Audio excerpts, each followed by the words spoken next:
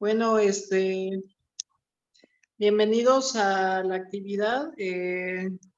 Pues la reunión de hoy va a ser sobre las familias novohispanas de los siglos XVII y XVIII en las haciendas del centro del virreinato.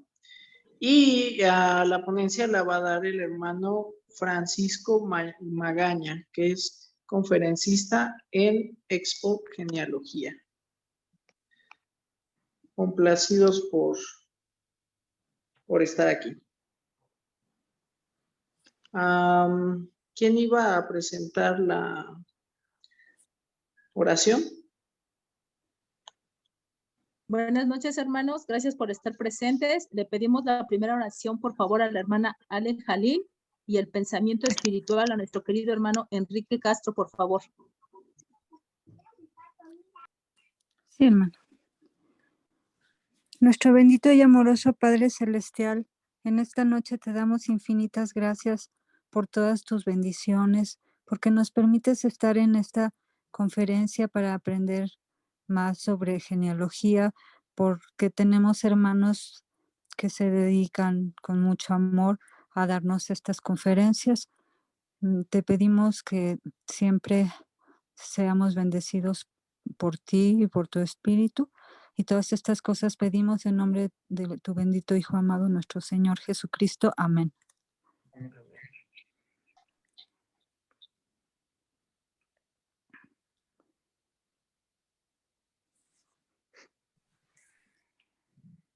Adelante, hermano Enrique Castro.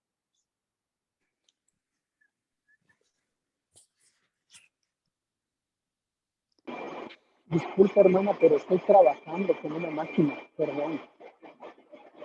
Hermano Emilio Gómez, ¿nos podría compartir el pensamiento espiritual, por favor? Estoy manejando. Disculpe, estoy manejando. No se preocupe, hermano. Hermana Ana María, ¿nos podría compartir el pensamiento espiritual?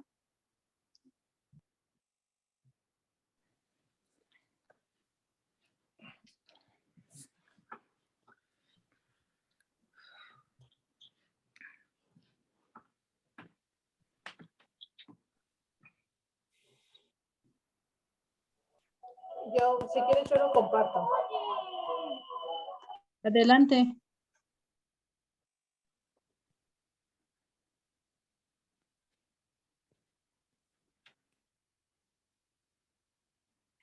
Voy a compartir una escritura que precisamente esta semana viene en nuestro estudio de Ven Sígueme, y es la escritura de Jeremías 33:8, y dice: y los limpiaré de toda su iniquidad con que pecaron contra mí, y perdonaré todas sus iniquidades con que contra mí pecaron y con que transgredieron contra mí. Me gustó mucho esta escritura y la estaba leyendo en la tarde, y me gusta mucho porque habla de la misericordia que Dios tiene hacia nosotros, ¿no? Incluso habla esta parte del inicio: limpiaré toda su iniquidad que pecaron contra mí. Es decir, pues sabemos que hicieron muchas cosas para tentar en cuanto a que Dios intentara olvidarse de ellos, pero finalmente dentro de su misericordia, pues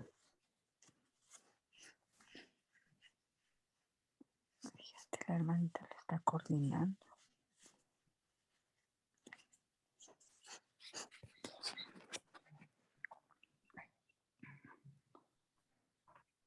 Gracias.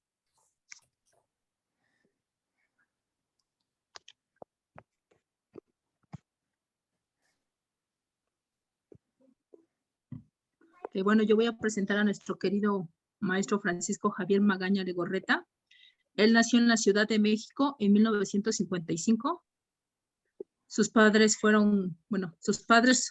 Carlos Magaña Peñafiel y María Esther Legorreta Zárate. Sí. Él es el mayor de sus 4 hermanos. Contrajo matrimonio con la hermana Reina Pérez. Sus hijos son Francisco Israel, Susana, y recientemente se casaron. Él es miembro activo SUD desde el 71. y fue cuando inició las investigaciones de sus antepasados en diversos archivos parroquiales y en la Filmoteca de la Iglesia, que en esos años fue la única de México y que se encontraba en la calle de Tetracine de la Colonia Industrial en la Ciudad de México. Realizó estudios de la licenciatura en Ciencias Políticas y Administración Pública y de la maestría en Administración Pública en la UNAM. Trabajó en Educación Superior, primero en la Subsecretaría de Educación Superior y en la Asociación Nacional de Universidades e Instituciones de Educación Superior por 35 años y 20 años como docente en la Universidad del Valle de México y la Universidad Latinoamericana en la Ciudad de México. Es una gran apasionada de la investigación genealógica desde su adolescencia y publicó la historia de su familia en la obra titulada Magaña Legorreta, Huellas en el Tiempo, en el año 2012, y presentó su obra en las conferencias de genealogía del Benemérito de ese año y en la Universidad Autónoma de Aguascalientes en el año 2018. También se encuentra para su consulta en la Biblioteca de Family Search en la ciudad de Lago Salado y en la Universidad de Brigham Young en Provo, Utah, Estados Unidos. Actualmente es maestro de instituto en Instituto Copilco y ha sido consejero destaca en 3 presidencias distintas. Pues le damos la bienvenida y le pasamos el tiempo a nuestro querido maestro Legorreta, por favor. Muchas gracias. ¿Sí me escuchan todos? Sí. Ok. Sí, Pues, Sí, muy bien, hermano. sí, pues agradezco mucho a nuestro hermano Lozano por esta invitación. Pues me voy a adelantar un poquito a lo que la semana que entra se va a presentar, porque van a hacer ahorita la Expo Genealogía vía Zoom, entonces a todos los que hablamos ya nos grabaron la semana pasada precisamente. Nada más de que, pues, lógicamente, pues hay un tiempo medido, ¿verdad? Le comentaba el hermano Lozano de que me dieron un tiempo que hice la presentación, pues, un poquito rápido y sin muchos detalles. Entonces, él me invitó para poder participar el día de hoy y poderles hablar con un poquito más de amplitud. Pues, ahorita que ya me presentó la hermana, pues sí, yo tengo 51 años haciendo la investigación del árbol genealógico. Aquí en la iglesia, yo he visto que a través de los años, casi... 51 años, Miguel, trabajando. 51 años, sí. He visto que casi siempre hay una, pues, como mala costumbre, ¿no? Que se viene transmitiendo desde que yo conocí la iglesia, desde el 71, de que dicen que la genealogía nomás era para las personas viejitas, ¿no? Y los jóvenes ni se metían en eso. Pero es una falsa idea, porque eso hace que no se tenga interés en trabajar en el árbol genealógico. Y ustedes saben que ya hasta eso cambió, porque ya no se usa esto de obra genealógica, ahora se llama investigación familiar, ¿verdad? Y obra del templo. Entonces, a mí me ha gustado mucho la investigación, a pesar de que pues yo no me pude dedicar como investigador profesionalmente, pero sí lo he aplicado en los trabajos que tuve en la Asociación Nacional de Universidades. Ahí hacía muchas investigaciones, pero también para la investigación de mi árbol genealógico. Entonces, el propósito de esta conferencia y la que va a estar la siguiente semana, la Expo Genealogía, es poderles compartir, pues, lo que yo he aprendido en todos estos años, porque no es solamente el estar buscando nombres de los antepasados. Yo para esto tuve que empezar a leer libros. Cuando yo era pequeño, conocí a mis 2 abuelas, que les tocó vivir la revolución, como muchos de los que vivimos ahorita todavía, somos nietos de esas personas que les tocó vivir en carne propia la revolución. esa guerra que duró 10 años fue terrible porque a todas las familias de todas las clases sociales les afectó de una manera negativa, en algunos más, en otras menos, pero a todos les afectó, ¿verdad? Entonces, yo desde pequeño tenía mucho interés en saber desde antes de conocer la iglesia, yo tenía como 7, 8 años cuando le empecé a preguntar a mi abuela paterna, pues acerca de su familia. Y a mí me apasionó mucho porque mi abuela paterna fue el eslabón del siglo XIX con el siglo XX.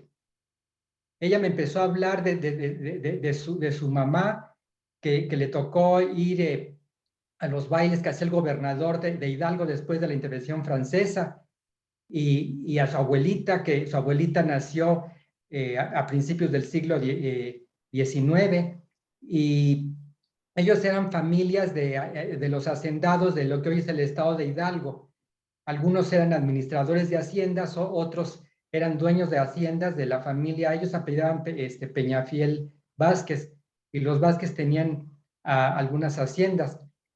Y pues a mí me apasionó mucho cuando ella me empezaba a platicar todo esto, cuando yo era pequeño, y ella me daba algunos nombres y lo que ella recordaba de pequeña que ella vivió, y pasajes de la historia de México. Y por el otro lado, mi abuela materna, ella en la Revolución perdió la memoria porque les quemaron su rancho, y entonces ella perdió la memoria a raíz de ese evento.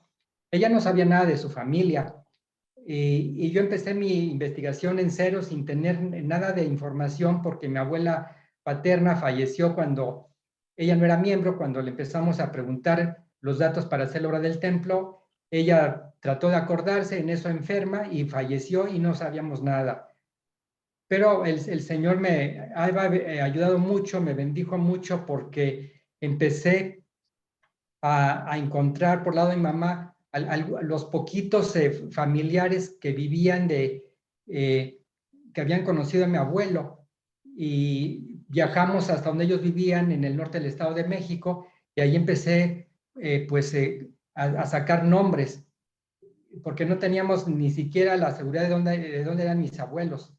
Y por el lado de mi abuela materna, después que ella falleció, encontré una libreta de la tienda que ellos tenían en el pueblo de Zempoala, donde llevaba el bisabuelo la contabilidad de la tienda, y allí iba siendo mi sorpresa que en unas hojas amarradas con un hilito estaban los datos de su familia, fechas de nacimiento de los 8 hijos que había tenido, cuando se casaron ellos, y fue un tesoro. Entonces ahí empecé la investigación por parte de mi papá, y tuve la oportunidad de conocer a mi bisabuelo Magaña, que él también había platicado en papá sobre los orígenes de los Magaña, que se habían transmitido de boca en boca, que se venía de 2 hermanos, que uno era militar y uno agricultor en la época de la colonia, pero era todo lo que sabía. Entonces empecé a investigar los nombres, pero también me adentré a leer novelas costumbristas y algunos libros que escribieron viajeros extranjeros que venían a México en el siglo XIX, para saber cómo vivían ellos, cómo fueron sus vidas, cómo era México en esa época. Y entonces me fui adentrando a las costumbres del siglo XIX. Ya cuando terminé mi investigación del árbol genealógico del siglo XIX, paso al siglo XVIII y seguí buscando los pocos libros que hay en México, hermanos, porque desgraciadamente son contados así con las manos los libros que hay publicados sobre las familias de la Nueva España, o sea, cómo era la vida familiar de la Nueva España, cómo eran los matrimonios, las relaciones, cómo se movían de un lugar a otro, cómo eran sus comidas, su forma de vestir, sus celebraciones religiosas, porque era la gente muy religiosa, pero hay muy poca información. Pero investigando precisamente pude encontrar que no solamente habían algunas conferencias sobre la familia novohispana, sino algunos pocos libros que compré, casi los que compré pues ya era la única y primera edición que se había hecho y ya muchos ya están agotados, ya no los venden en las librerías, pero pude conseguir esos libros todavía en esos años. Y por otro lado, voy encontrando en los libros que ellos citaban tesis que hicieron algunos estudiantes. En mi caso fue de la Universidad Autónoma del Estado de México, porque la familia de mi mamá venía del Estado de México. Entonces ellos citaban a los Legorreta, yo soy Magaña Legorreta, entonces citaban a los Legorreta y me voy enterando que fueron hacendados en el siglo XVI y de los más grandes del valle de Ixtlahuaca a Tlacomulco. Pero la cita están en varias tesis de licenciatura, maestría y doctorado de investigadores, algunos publicados también por el Centro de Investigaciones en Antropología Social se llama CIESAS, donde ellos trabajan. Y entonces vi que había más datos de ellos. Y gracias a esas tesis, a esos libros, hermanos, pude formar el árbol genealógico de los Legorreta del siglo XVI, pero nada más tengo datos hasta mediados del XVI. Entonces estoy haciendo ahorita lo que se llama la genealogía descendente, que es de donde estamos hasta arriba, hasta el final, se va bajando hasta donde está uno. Entonces ahorita estoy a punto ya de unir mi árbol con esos datos del siglo XVI. Me falta más una generación para unir los Legorreta, y por el otro lado de los Magaña descubrí que los Magaña son descendientes de los conquistadores que estuvieron en Yucatán en 1520 con Montejo, que conquistaron a los mayas. Fíjense, algo muy interesante que nunca me imaginé. Y entonces, por eso la tradición militar de los Magaña. Mi bisabuelo que yo conocí, él fue militar en el ejército porfirista.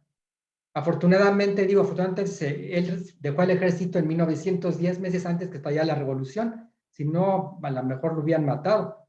Y por eso lo conocí a él. Pero sí conocí a uno de sus hijos que era militar también. Y entonces vi que en cada generación de los Magaña alguien se dedicaba a la milicia.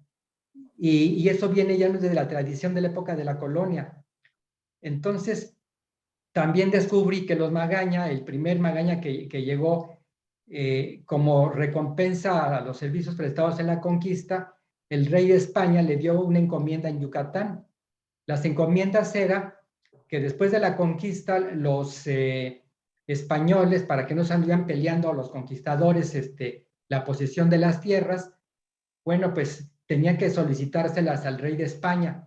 El rey de España les daba la encomienda que era, por eso se llama encomienda, porque les encomendaba un área geográfica bastante grande que comprendía pueblos de indígenas viviendo allí, y ellos tenían la obligación de dar trabajo gratuito de mano de obra para la construcción en este caso, de la casa del encomendero, pero también para trabajar sus tierras, a cambio de que él los instruyera en la nueva religión, en la religión cristiana.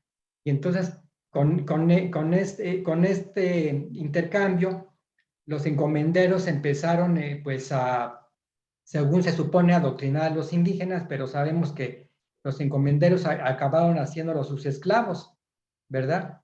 Y fue algo terrible, porque es lo que voy a ya pasar aquí en la presentación. La población de la Nueva España se estaba exterminando ya a principios del siglo XVII.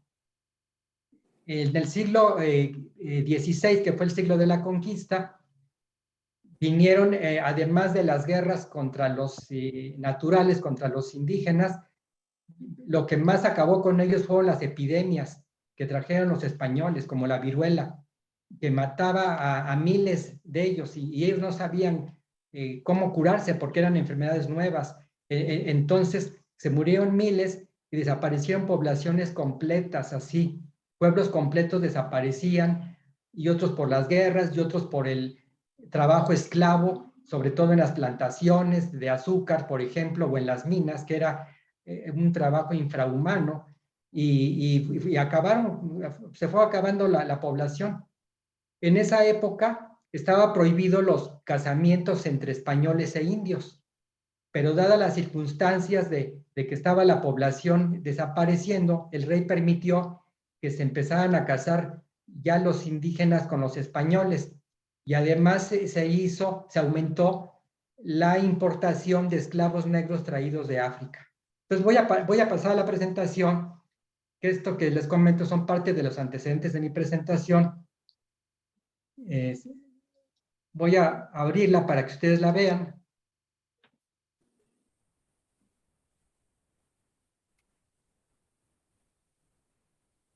¿Sí se ve bien? Sí. Ok, bueno. Les quería comentar que si me permiten hacer la presentación, y ya al final, pues las que tengan preguntas, pues ya con mucho gusto las contesto. Entonces, si quieren anotar sus preguntas para que no se les olvide, porque voy a hablar de ahorita de 3 siglos de la época de la colonia. Entonces, mi presentación es de las familias que vivieron en el centro del virreinato de la Nueva España, en los siglos XVII y XVIII, que es en donde estoy ahorita en mi investigación de mi árbol genealógico. Y voy a poner lo que yo explique ahorita como teoría, con el ejemplo de ellos, de lo que yo he encontrado de ellos, para que vean cómo se aterriza lo que uno investiga, pero ya en el árbol genealógico.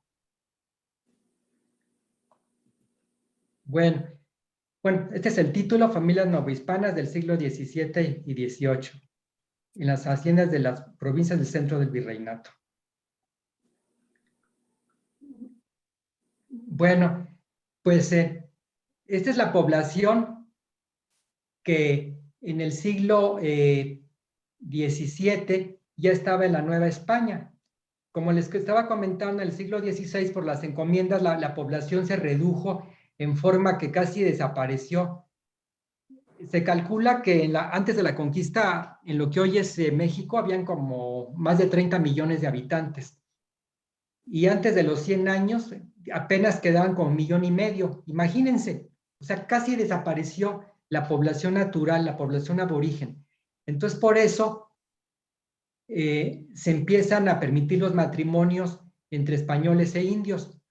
En el siglo XVI, los hijos de los españoles que empezaron a conocer como mestizos fueron despreciados por la sociedad colonial. ¿Por qué?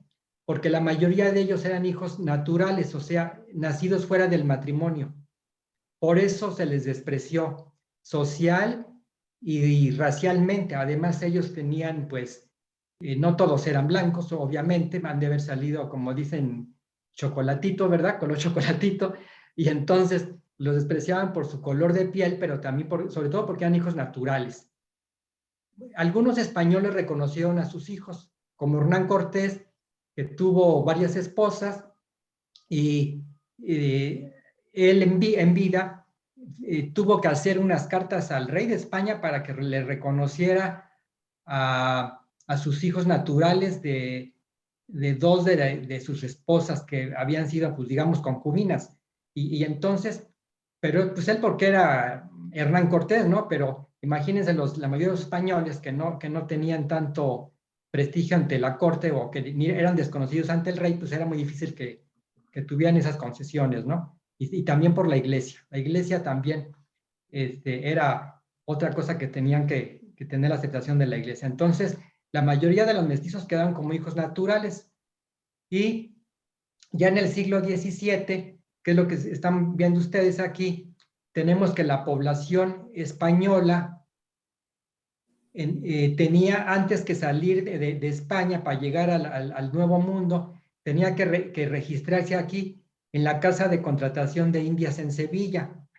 Esta casa de contratación se hizo por la corona española para tener un control de todo el comercio que se iba al Nuevo Mundo, pero también de los viajeros. sobre todo de los españoles inmigrantes. La mayoría de los inmigrantes que vinieron aquí en el siglo XVI eran del Reino de Castilla.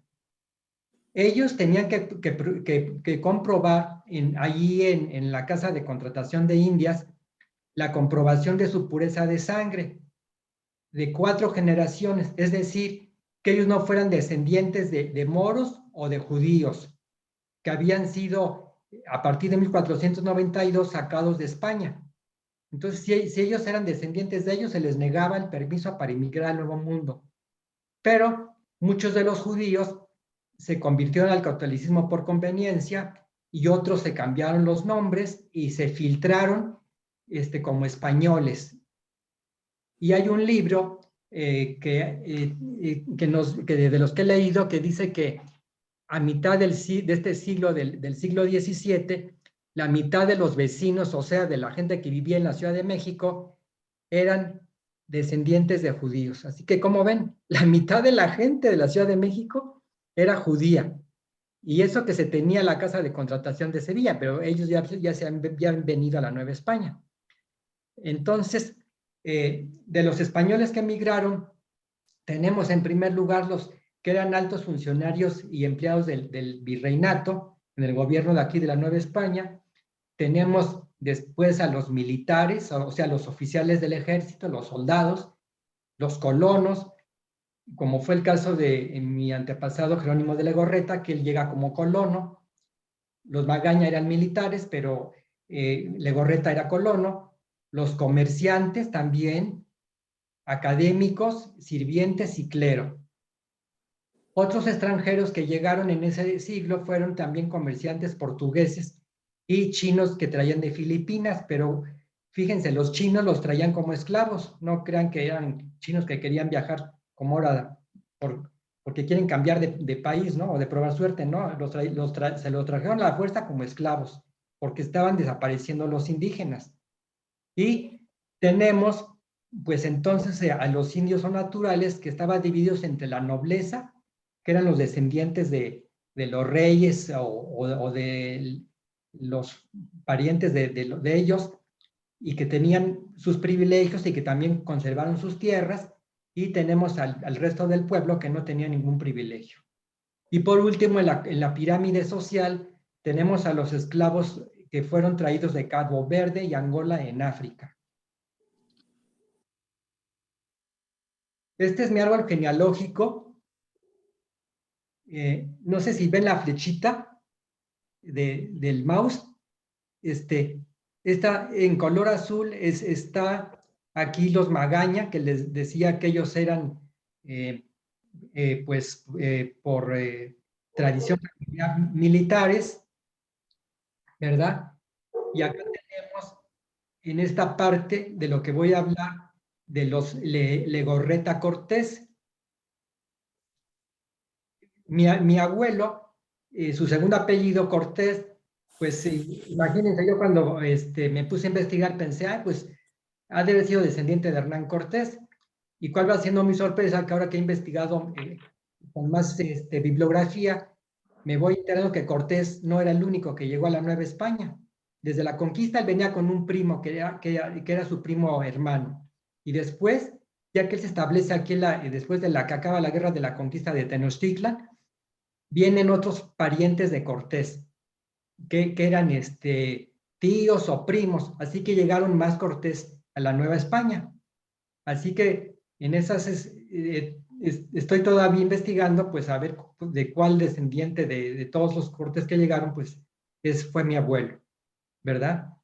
Y les comento esto porque no por ver un apellido a veces pensemos que descendemos de algún personaje pues famoso en la historia, ¿verdad? Pues para eso hay que investigar para ver si nosotros de ahí descendemos, porque hay varias personas que llevan ese apellido. Y aquí tenemos mi abuelo, mi bisabuelo era Julio Darío Legorreta Maya, que es de donde voy a hablar, de estos dos linajes, Legorreta y Maya, que aquí lo vemos todavía en el siglo XIX, estaban emparentados, pero el parentesco viene desde el siglo XVII. Bueno. Ahí, ya, es que me tapaba aquí esto. Ahora, las familias novohispanas, de las que les voy a platicar,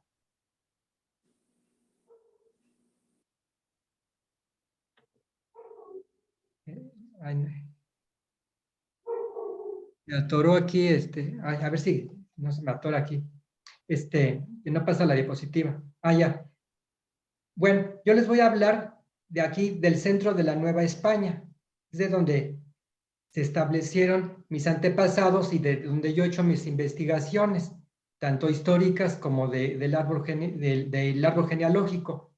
Ellos se establecieron, como dice aquí, en las haciendas del centro del virreinato de la Nueva España.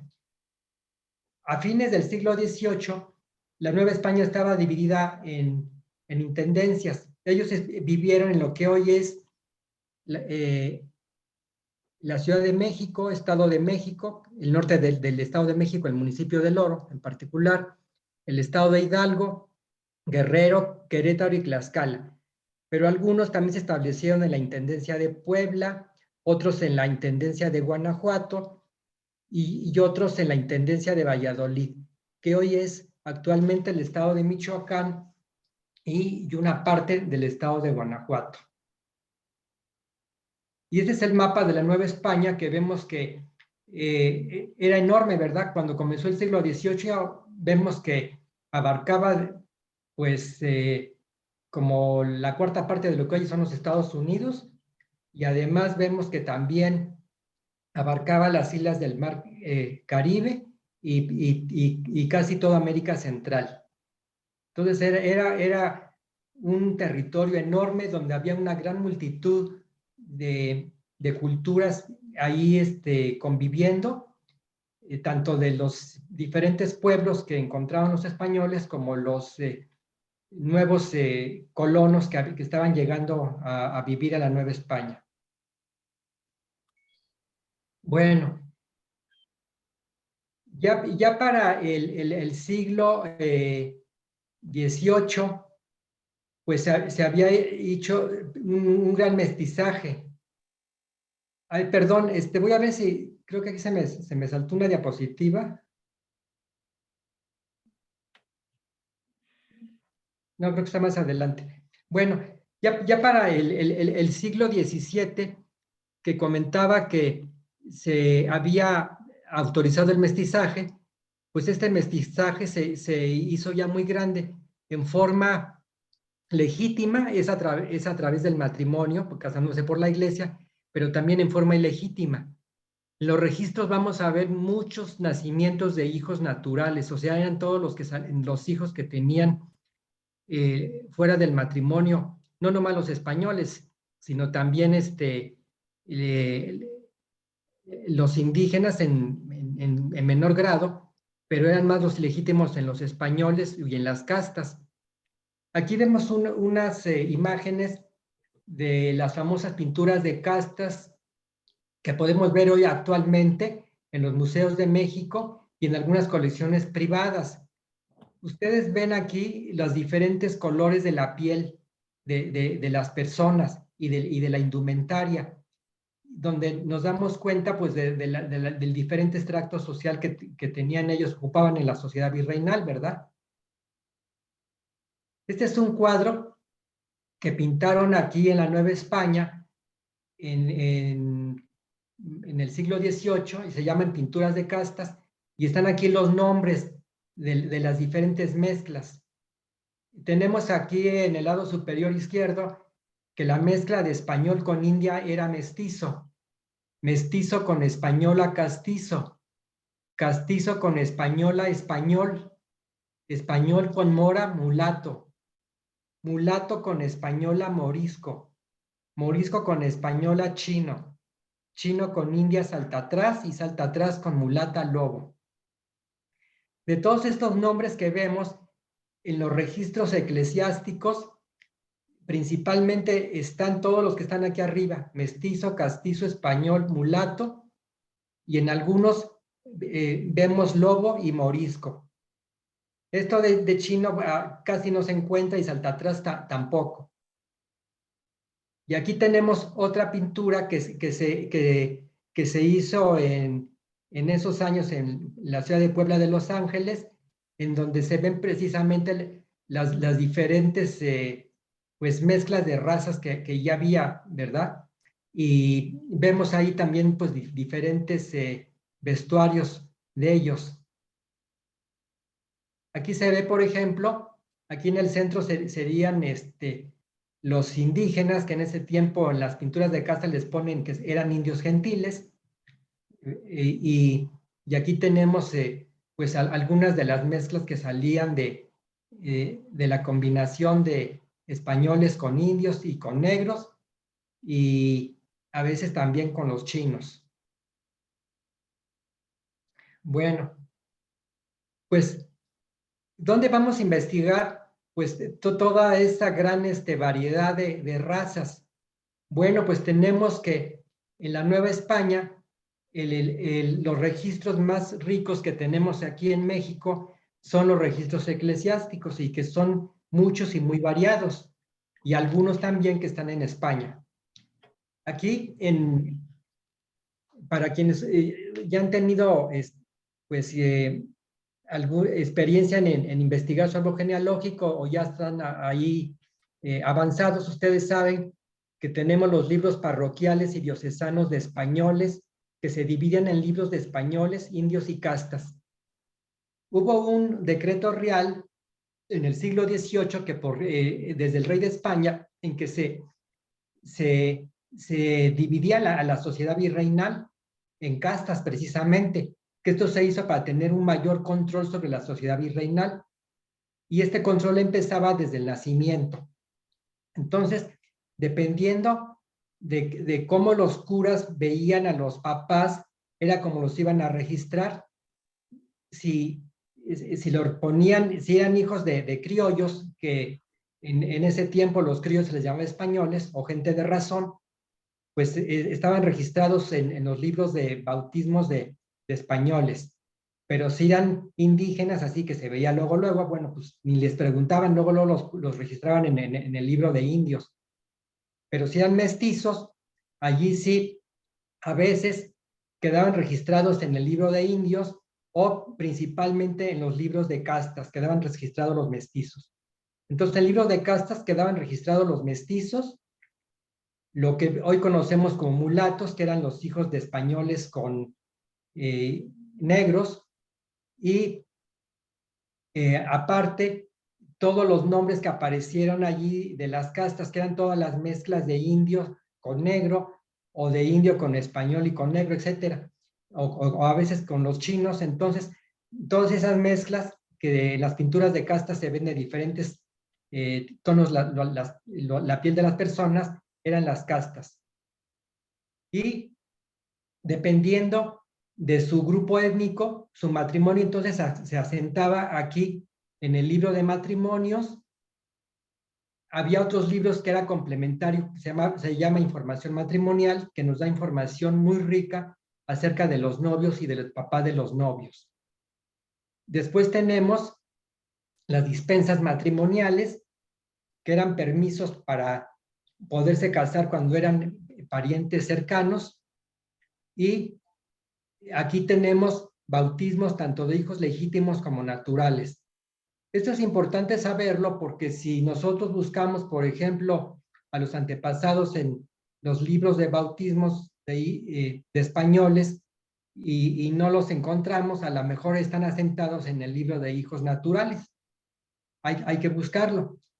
Precisamente, en uno de los libros que hablan de las familias de la Nueva España, esta investigadora nos dice que en la Nueva España, en este siglo, desde el siglo XVII, los españoles tenían en la Ciudad de México, fíjense que por eso yo creo que viene el dicho de casa grande y casa chica, cuando un hombre tiene más de una familia o una esposa, porque en el centro de Nueva España, que eran casas muy grandes, vivía allí el español con la esposa legítima, pero en las noches salían ellos a las orillas de la Ciudad de México y se iban al barrio de indios, y ahí tenían la casa chica con una indígena. Pues obviamente era la la querida, ¿verdad? O la segunda mujer, y entonces ahí tenía con ella otros hijos. Y eso es lo que ahorita se ha descubierto en la Nueva España. Pero yo también en las investigaciones que he hecho de mi familia, me he dado cuenta que también en los pueblos donde están registrados mis antepasados, hay gran cantidad de hijos naturales. Y estos hijos naturales obviamente eran pues también hijos que los dejaban abandonados pues el papá, ¿verdad? Que no los reconocía y los dejaban abandonados. Y a veces la mamá, para no sufrir pues el desprecio de la familia y del pueblo y de la gente en general, y la marginación de ella de por vida, preferían dejar al niño, lo dejaban a la puerta de alguna de las personas importantes del pueblo, o también a veces hasta a los sacerdotes, a los curas les iban a dejar ahí a los bebés, porque así están en los registros, expuesto en la puerta de fulano de tal o expuesto en la puerta de la parroquia. Y en esos registros, si ustedes ven un registro que dice hijo de la iglesia, pues es que al bebé se lo regalaron al cura, por eso dice hijo de la iglesia, pero eran hijos que regalaban. Y por ahí se dice también que algunos investigadores dicen que tal vez estos hijos que también, estos bebés que aparecían en la puerta de la parroquia o de la casa donde vivía el cura, que han de haber sido hijos de ellos, pero para disimularlo, pues lo ponían así como que se lo habían regalado, ¿no? Pero en realidad eran sus hijos. Porque está comprobado que en la Nueva España, en la Ciudad de México, convivían en las casas de los españoles los hijos legítimos con los naturales, fíjense. Entonces, si aquí se hacía eso, pues obviamente en haciendas y en pueblos, pues también han de haber pasado lo mismo. Ahora tenemos también otros registros que son los libros de confirmaciones, de funciones o entierros, padrones que eran los censos que se hacían de vez en cuando para saber cuántas personas tenían que dar su diezmo. Por eso se hacían los censos, no crean que para saber cuánta gente había. Y luego tenemos que también en muchos archivos parroquiales, sobre todo de catedrales, hay testamentos. También están libros de diezmos, de todos los que tenían que dar su diezmo a la parroquia correspondiente. Tenemos las cofradías, que eso lo voy a explicar más adelante. Las cofradías eran como una caja de ahorros que hacían los gremios de los artesanos en la ciudad, por ejemplo, los zapateros o los que eran sastres, hacían allí un ahorro en alguna parroquia para poder guardar dinero para celebrar la fiesta de su santo patrono, de sus artesanos. Pero en los pueblos de indios, porque había pueblos de indios, ellos también hacían su ahorro para pagar las festividades del santo patrono del pueblo el día que fuera la fiesta. Y las capellanías es lo que voy a explicar más adelante, y tenemos las órdenes religiosas que también son listados de tanto de hombres como de mujeres que entraron a ser monjes o monjas. Generalmente en todas las familias de nosotros vamos a encontrar que que alguno se dedicó al sacerdocio o alguna mujer entró al convento. Y ahorita voy a explicar por qué pasaba eso también. Y tenemos otro registro que son providencias.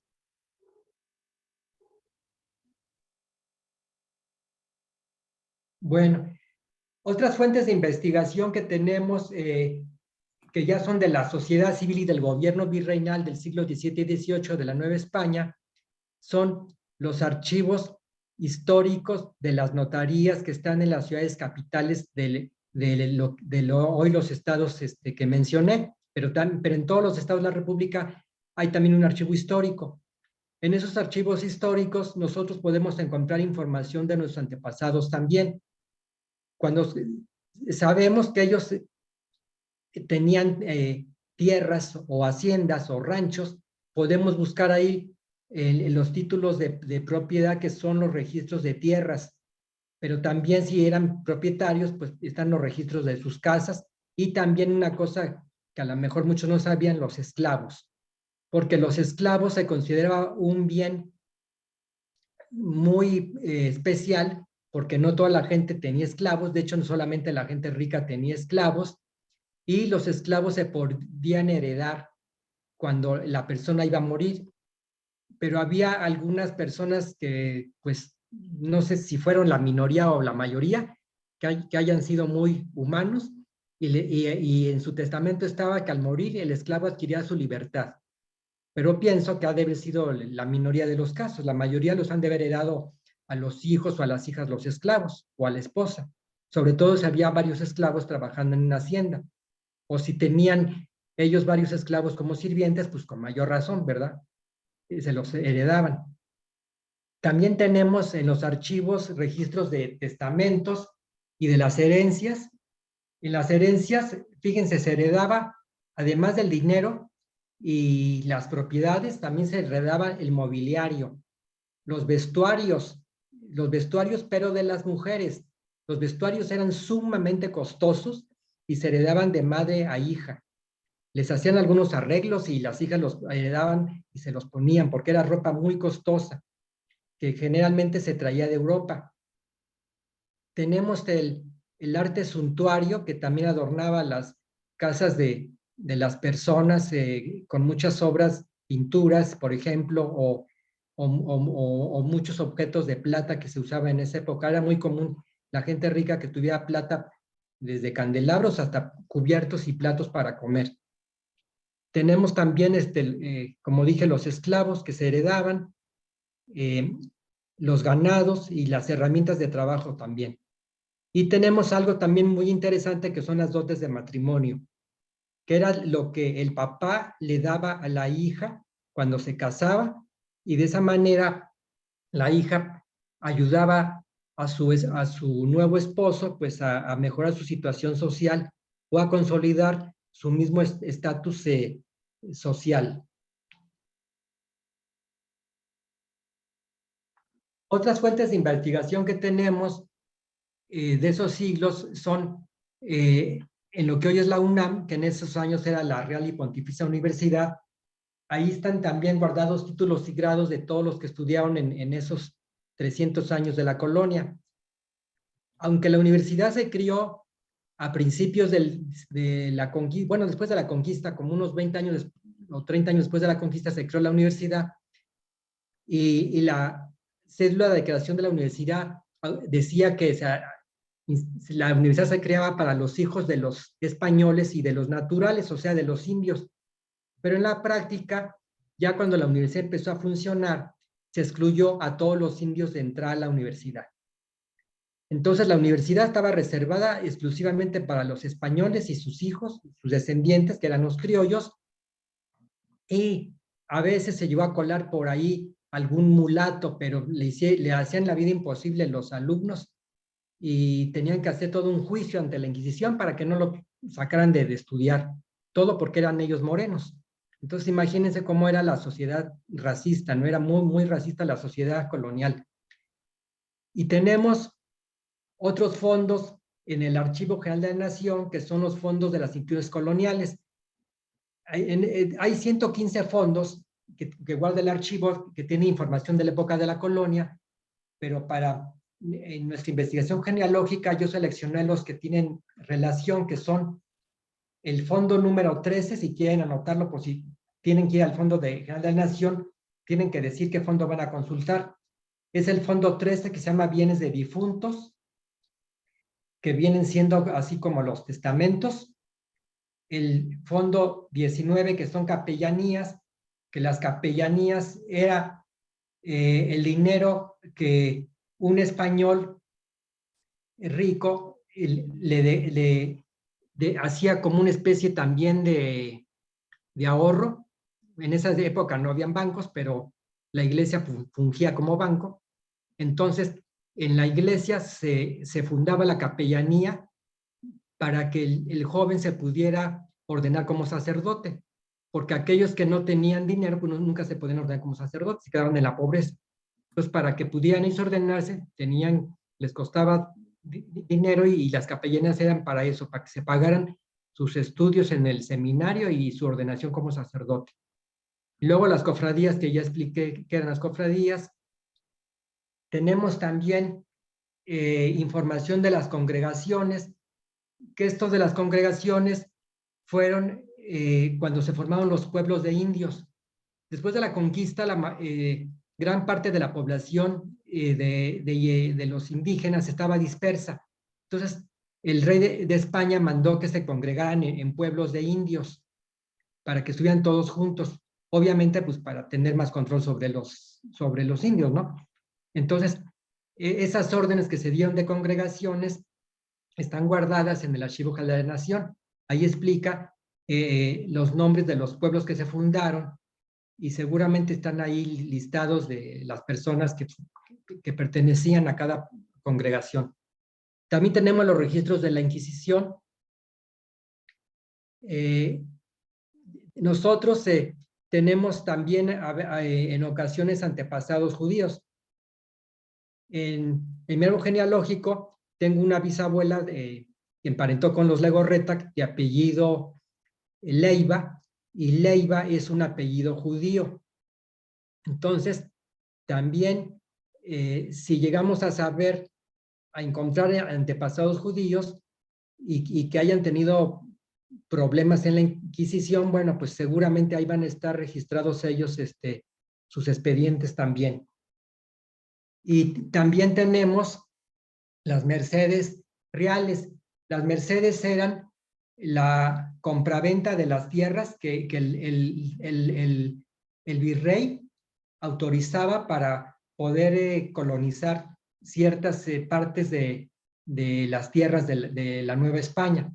Eso se llaman mercedes. Luego tenemos los padrones, que son los censos también.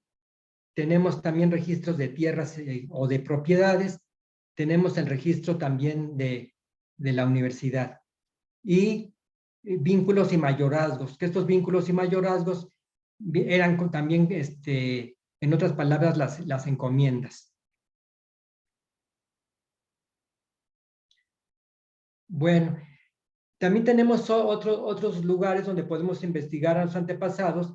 En México tenemos también el Archivo Histórico del Ejército Mexicano, en donde podemos solicitar hojas de servicio cuando sabemos que hemos tenido algún antepasado que estuvo en la milicia y que no tenemos información suficiente de él, pues ahí se hace la solicitud y se puede pedir esta hoja de servicio si la tienen claro registrada y en existencia.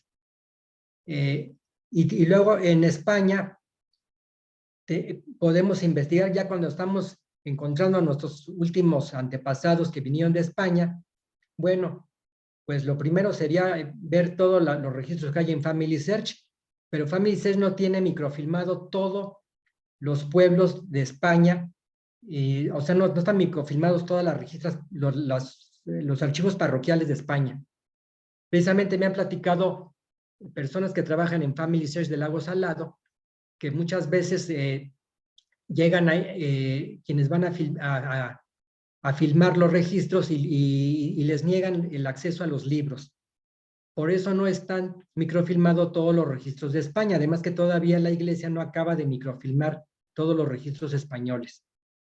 Y por otro lado, una fuente muy importante que recomiendo para buscar a nuestros antepasados que emigraron al Nuevo Mundo sería el Portal de Archivos Españoles, que se conoce con las siglas de PARES.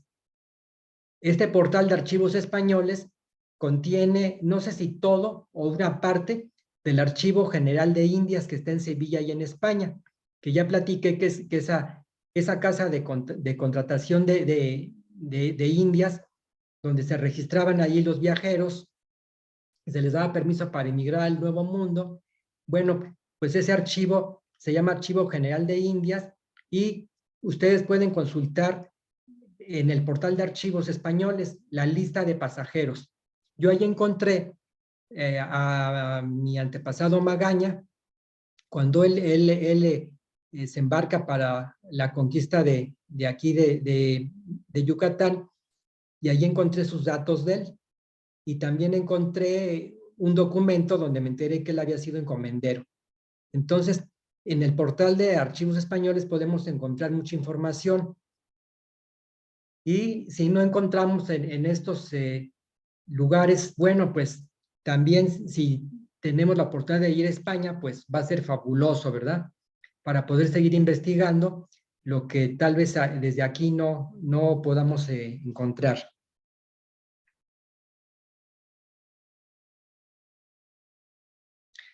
Bueno, estas familias de españoles que estuve hablando, bueno, de los descendientes de los españoles, ¿verdad? Hablando de sus antepasados, decía que ellos se establecieron en las provincias de México, Valladolid, Guanajuato y Puebla. Y no solamente ellos, sino todos los españoles y sus descendientes se establecían, muchos de ellos en las ciudades como la Ciudad de México, Puebla, Querétaro, Guanajuato y Valladolid, que hoy es Morelia. Algunos iban a las villas de españolas, por ejemplo, Toluca fue una villa española en la época de la colonia. Mucho ojo, no vivían allí los indios, ellos vivían aparte, vivían en los pueblos que eran pueblos de indios.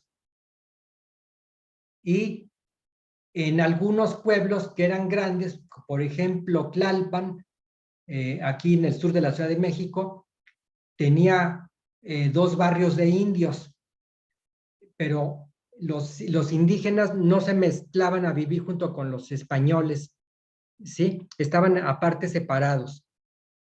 Y dicen aquí los investigadores que han hecho investigaciones que fue sano para los indios que estuvieran separados, para que no se, porque así los indios pudieron preservar sus costumbres y no contaminarse con los malos ejemplos que daban los españoles. Y ya expliqué cómo algunos españoles tenían su casa grande y su casa chica, ¿verdad? Y entonces, pues eran malos ejemplos que daban también para la gente que los conocía, ¿verdad? Aunque se hacían ellos de la vista ciega que los que tenían 2 casas, pero mucha gente, pues, sobre todo me imagino que trabajadores o sirvientes de ellos, pues, se dan cuenta que tenían ellos más de una esposa o otra mujer y pues era mal ejemplo para ellos. Entonces, los pueblos indios estaban separados de donde vivían los españoles. También algunos españoles se establecieron en las cabeceras parroquiales donde estaban pues la parroquia del pueblo, pero principalmente se iban a las estancias y haciendas. Ahí es donde se establecieron. Las estancias, cuando viene de esa gran explotación de los indígenas y desaparición en el siglo XVII, se prohíbe la encomienda y en su lugar aparecen las estancias. Las estancias ya no eran encomiendas, o sea, los indígenas, se les dio la libertad a los indígenas, ya no eran esclavos, y en las estancias ellos podían ir a trabajar las tierras. Entonces las estancias eran grandes extensiones de tierra, que algunas se dedicaban a la agricultura, otros a la cría de ganado menor o mayor. En el norte del estado del Valle de Ixtlahuaca, las haciendas, estancias de haciendas que se había en el siglo XVII eran principalmente de ganadería, pero también sembraban, por ejemplo, trigo y eran autosuficientes en alimentos, las haciendas. Entonces, la riqueza alimenticia no estaba en los pueblos, estaba en las haciendas, y en las haciendas es donde había trabajo. Incluso en las haciendas había más gente que viviendo que en los pueblos. Y dentro de las haciendas habían otras propiedades pequeñas que eran los ranchos de los arrendatarios, que voy a explicar eso, que es algo muy importante, y que ellos eran arrendatarios del hacendado, o sea, no eran los dueños de la tierra, por eso se les están registrados como arrendatarios, pero en el siglo XIX ya se les conoció como rancheros, pero ellos eran arrendatarios en la época de la colonia. Y tenemos, por otro lado, los pueblos donde vivían los indios. Bueno, los españoles entonces y sus hijos, ¿verdad? Principalmente en el medio rural novohispano se establecieron en las haciendas. Algunos de ellos se convirtieron en arrendatarios, que voy a explicar ahorita, viendo el caso de mis antepasados, cómo se convirtieron en arrendatarios. O sea, después de ser hijos del hacendado, cómo se convertían en arrendatarios sus descendientes. En los registros están registrados como arrendatarios o aparceros. Esto era en el siglo XVII y XVIII. Ya en el siglo XIX los vamos a encontrar como rancheros. Otra parte de los españoles se dedicaron a la minería como dueños de minas o trabajadores también principales del dueño de la mina. Tenemos que muchos eran también comerciantes, otros eran militares, soldados, y otros se dedicaban al sacerdocio y los clérigos. Ahora las castas, pues su ocupación es que muchos eran trabajadores libres, algunos eran esclavos, ¿sí? Y en los registros así están, como esclavos, pero los que eran trabajadores libres, ellos podían irse a trabajar donde ellos quisieran, entonces iban algunos a las minas, otros iban a las haciendas y otros estaban en ranchos. Porque me robas la cobija. Perdón, ¿pueden apagar su micrófono? Porque hasta acá estoy escuchando que la cobija, por favor. Gracias. Bueno, de las castas, de los que eran trabajadores libres, muchos eran sirvientes, ya sea en las haciendas o en las ciudades. También se les conocía, están algunos como criados, ¿sí? Dependiendo del pueblo era el nombre que se les daba, sirvientes o criados. Pero ellos eran trabajadores asalariados, mucho ojo, no eran esclavos. Y luego tenemos los esclavos negros que habían traído de África. Ellos sí conservaban la esclavitud si se casaban con una mujer esclava. Pero mucho ojo, los varones negros, al darse cuenta que podían adquirir la libertad a sus hijos, dejaron de casarse con las negras. Y entonces empezaron a casar con las mujeres indígenas o con otros grupos de castas. Y entonces ellos adquirían la libertad, fíjense, algo muy bueno. Y además en México estamos viendo algo muy importante que la mayoría desconoce. Al casarse los hijos de los negros con otras personas que no eran de raza negra, se empezaron a blanquear, la piel empezó a cambiar. Pero si ustedes ven en las personas de hoy en día, de los que vivimos aquí en México, algunos pues son descendientes de esos esclavos negros africanos. Nos podemos dar en cuenta por su forma de su piel, el color de la piel o del cabello, de los labios, etcétera. Pero en sí, la raza negra casi desapareció de México. De hecho, hoy en día hay muy pocos grupos de esos descendientes que hoy les llaman afromexicanos, que viven, por ejemplo, en Oaxaca, o Veracruz, o Guerrero, pero son ya muy poquitos los que quedan. La mayoría se mezclaron, o sea, hubo un mestizaje de ellos y desaparecieron prácticamente ellos de la sociedad mexicana. Y eso lo podemos ver, pues porque no tenemos gente negra aquí en México, como por ejemplo en Venezuela o en América Central, que ahí se ve más. Vemos que en México desaparecieron, o sea, se blanquearon. Y es que a partir de la cuarta generación, si se seguían casando sus descendientes con gente blanca, se blanqueaban por completo y desaparecía el color negro de la piel. Y eso en la sociedad colonial se empezó a practicar precisamente para que sus hijos no fueran discriminados y tuvieran mejores oportunidades de vida. Ahora, tenemos por otro lado que también los indios decía que muchas veces están registrados en los libros no en los libros de indios, sino en los libros de castas. Y aquí tenemos que dentro de los indígenas tenemos a los caciques, que eran los descendientes de la nobleza indígena, que habían conservado sus tierras y sus privilegios, y tenemos a los demás que se habían convertido en peones o gañanes o jornaleros, que son los nombres con los que se les encuentra en los registros. Los españoles, en algunos registros también se les conoce como gente de razón. Si ustedes ven en algún libro que dice gente de razón, pues son libros de españoles. A veces no les ponían el nombre de españoles, pero cuando ustedes vean gente de razón ya van a saber que era los criollos y sus descendientes.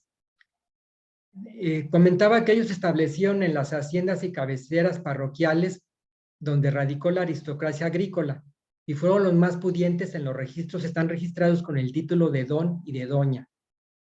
Y esta distinción en la sociedad fue hecha por la situación étnica, la económica y la social, y marcó dos grandes grupos entre los doñes y el resto de la población, que eran los indígenas tributarios, los mestizos, las castas, los gañanes, los sirvientes, los jornaleros y los esclavos.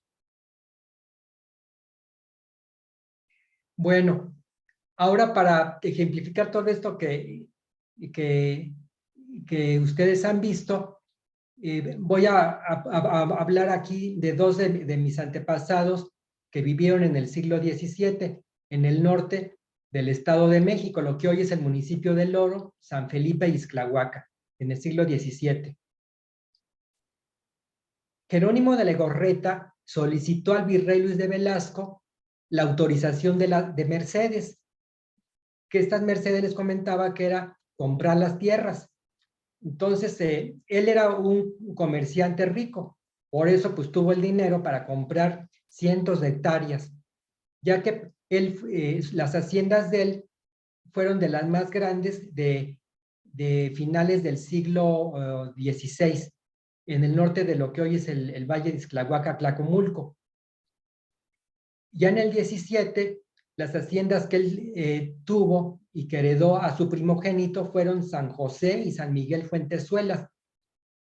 Él adquirió aproximadamente las mercedes, o sea, las tierras, más o menos en esa época en que gobernó el segundo virrey de Velasco en 1577 y hasta su muerte, que fue en 1645. Él venía del País Vasco y la tradición de los vascos era heredar todo al primogénito para que no se desintegraran las propiedades o las herencias. Entonces él, siguiendo la tradición vasca, pues le hereda todo al primogénito y él tuvo varios hijos, se casó 2 veces, tuvo como 8 hijos, pero el que se llevó todo fue el primogénito. Y luego tenemos el caso de Juan de Maya. Bueno, Jerónimo de Legorreta, como dije, él vino de España y se casó con Juana de Herrera, que fue su primera esposa. Y Juana de Herrera fue hija de Juan de Maya, que él era nacido en Nueva España. Juana de Herrera era hija de Juan de Maya y Ana Iseo de Herrera. Si ustedes se dan cuenta, en esa época del siglo XVII hacia atrás, o sea, hacia los siglos que están hacia atrás, era común que los papás le podían poner otro apellido a los hijos. No era obligatorio que llevaran el apellido paterno. En este caso, la hija que se casa con Jerónimo de Legorreta lleva el apellido de la mamá, Ana Iseo de Herrera. Y esto es muy importante para la investigación genealógica, porque en una familia vamos a ver que entonces los hijos tienen diferentes apellidos. Y es que también podían tomar el apellido del abuelo, del bisabuelo, de un antepasado más lejano.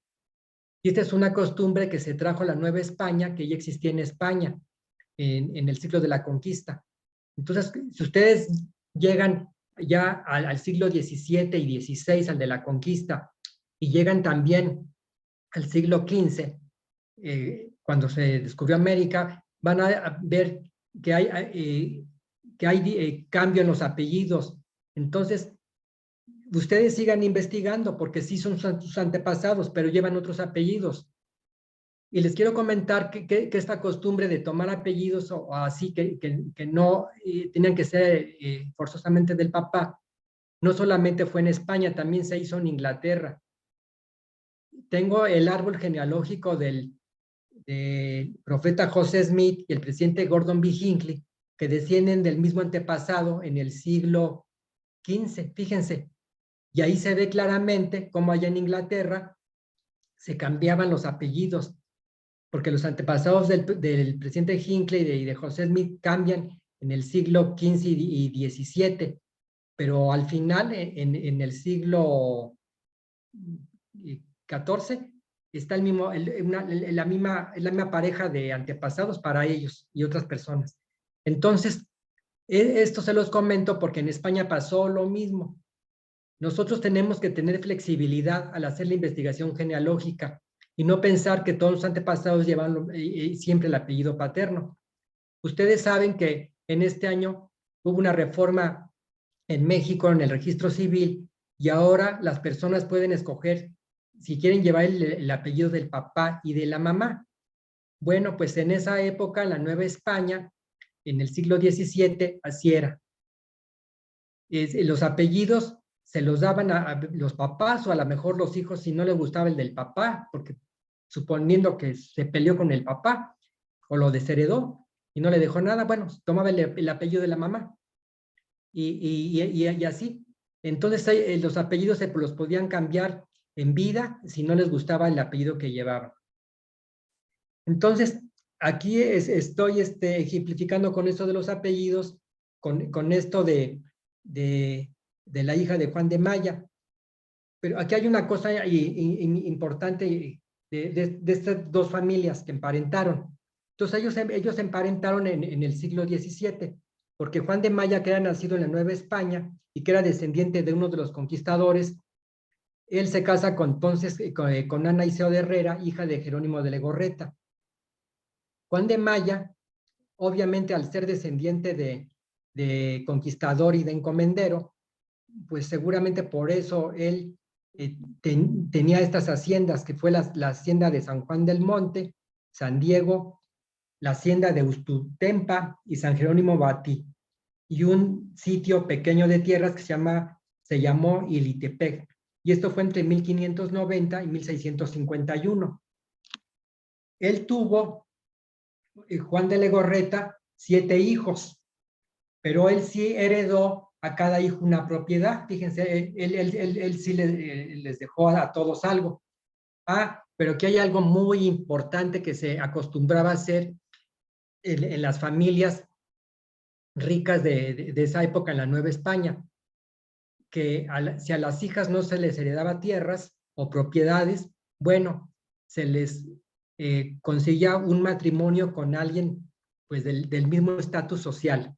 En este caso, las hijas de Juan de Maya contrajeron nupcias con otros hacendados. Entonces ellas mantuvieron su mismo estatus social y económico y no bajaron en su escala socioeconómica y social. Pero, ¿qué pasa con los descendientes de los Legorreta y de los Gómez Maya ya en el siglo XVIII y en el XIX? Bueno, pues precisamente de mis antepasados que ahorita tengo ya información, tanto Legorreta como Gómez Maya, ellos se convirtieron en arrendatarios. ¿Qué significa esto? Que al no alcanzar ellos tierras, ser dueños de la hacienda o de una parte de la hacienda, ellos tenían que emigrar para pues hacer su vida, ¿verdad? Y entonces aquí está la prueba de que ellos emigraron a otras haciendas porque ellos se establecieron en las haciendas de San Nicolás Tultenango, la jornada y venta del aire, que es donde tengo los registros de donde ellos vivían, donde ellos nacieron, donde ellos se casaron, donde ellos murieron. Entonces, ellos se convierten en arrendatarios. Entonces, en las familias que eran muy grandes de españoles, pues eso llegaba a pasar muy comúnmente, que no todos los hijos alcanzaban herencia y entonces eran desplazados, ¿verdad? Y entonces ellos emigraban para pues probar suerte y establecerse en otro lugar. Algunos no emigraban y se convertían en arrendatarios del hermano que hubiera heredado la hacienda, o se iban a trabajar otras haciendas, que fue el caso de mis antepasados. Y aquí hay una cosa curiosa que un día platicando a mis hijos de esto que había pasado, que habían tenido hacienda nuestros antepasados, me dicen, ay papá, ¿y cómo es posible que a nosotros no nos tocó nada? Le digo, bueno, pues lo que pasa es que mis antepasados directos, de donde descendemos los Legorreta y los Gómez Maya, mis antepasados eran los hijos últimos de cada grupo familiar, ¿verdad?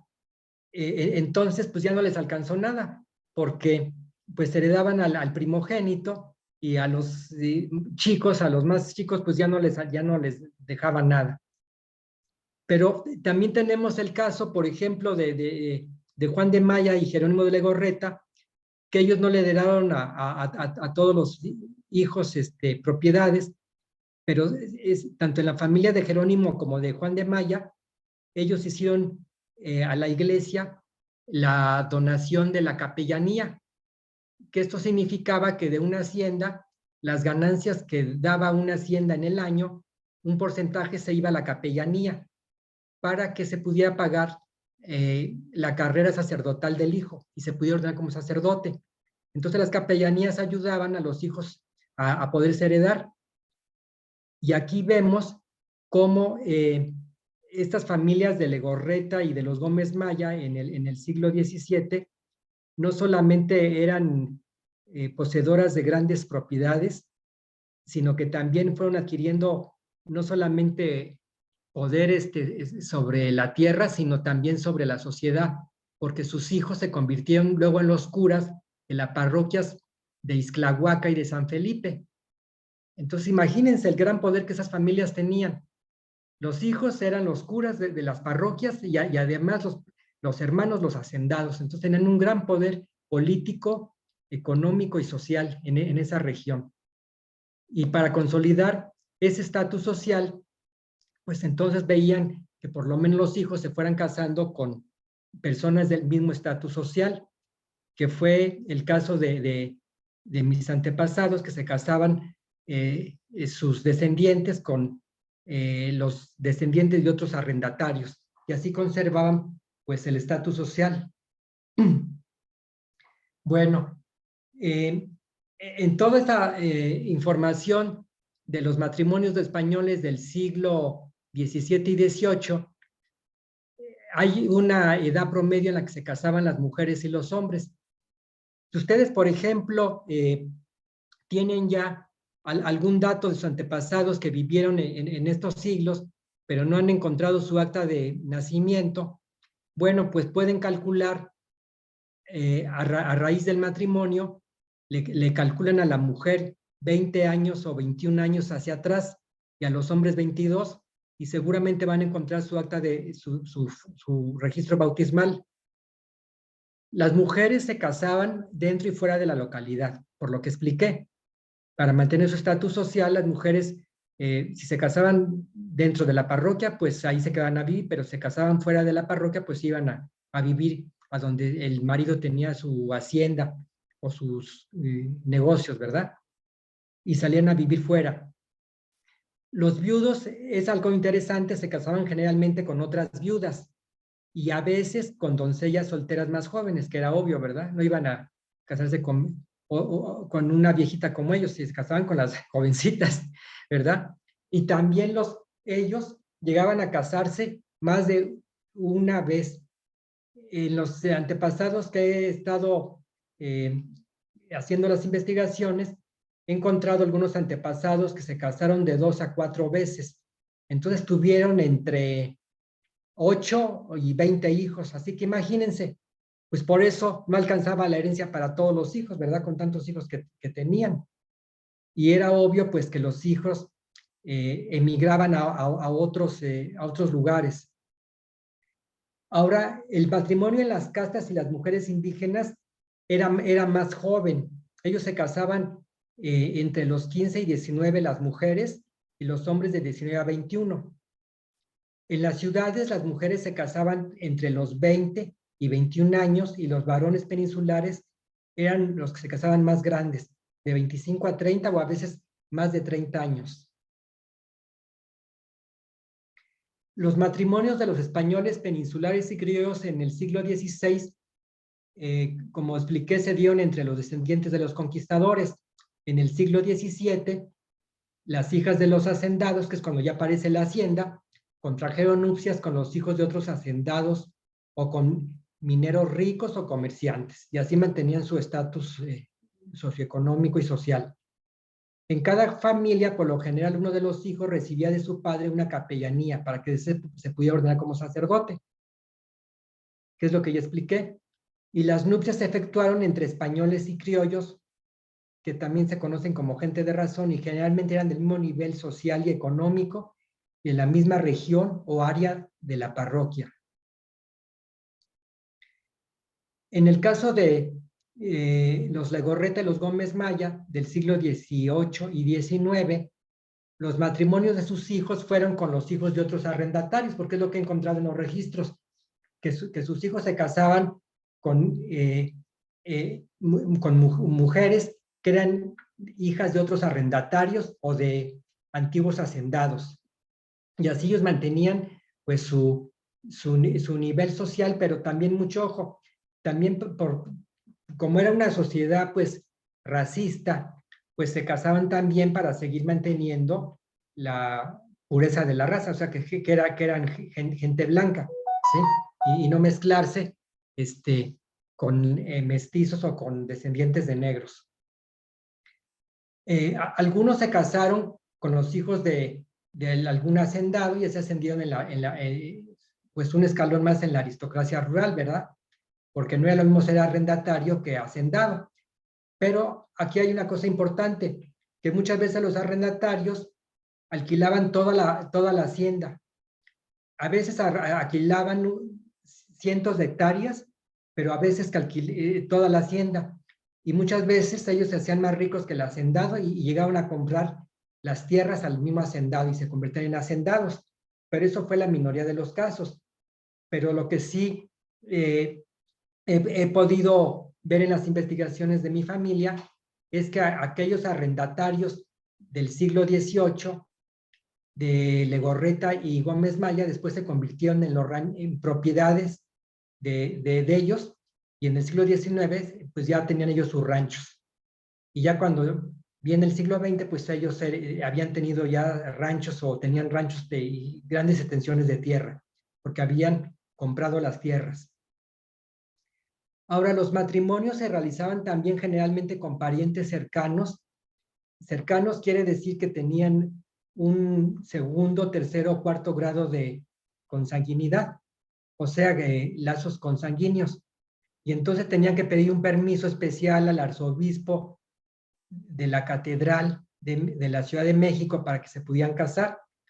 Y aquí me he encontrado estos casos, tanto en la familia de Magaña como Legorreta, y se casaban con los que eran, venían siendo primos o primas, ¿verdad? Y pedían ese permiso para poderse casar. Y ellos, todos estos antepasados, están en los registros con el título de don y de doña.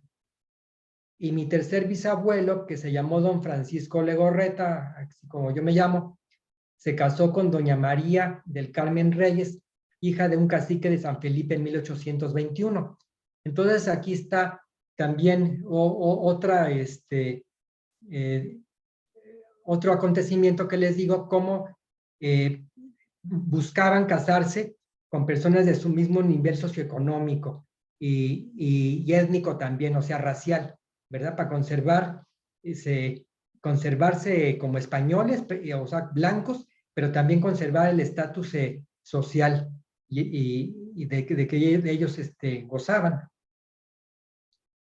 Ahora, para poder hacer la búsqueda de los hijos, es importante que ustedes entonces sepan, si ustedes ya llegaron de 1840 hacia atrás, allí están ya los libros de castas, porque en los registros parroquiales los libros de castas desaparecen más o menos a partir de la tercera década del siglo XIX, o sea, como de 1830 hacia acá, ya no se desapareció. Me imagino que eso fue por orden del gobierno, que se desapareciera esa diferenciación de la sociedad, porque sí era una diferenciación étnico-racial de la sociedad. Y quienes nacían generalmente como indios o negros, toda su vida se iban a quedar así. Nunca iban a poder mejorar su nivel social ni económico. Y generalmente los privilegiados pues fueron los españoles y sus descendientes. Y fue una de las causas por la que estalló la Guerra de la Independencia, por esa gran desigualdad de las clases sociales en la colonia. Bueno, entonces, para poder buscar a los antepasados, ustedes tienen que saber si sus antepasados están registrados en esta época ya de principios del 19 o finales del 18 como españoles, indios o castas. Y en esos libros hacer la búsqueda. Ahora, dependiendo de sacerdotes, se inscribía el nombre de los padres y a veces de los abuelos. Casi la mayoría, más bien el 95% de los registros parroquiales nomás aparece el nombre de los papás. Y de los abuelos es así una lotería, porque pues ahí pasamos a otra generación bien rápido, ¿verdad? Pero casi no aparece el nombre de abuelos.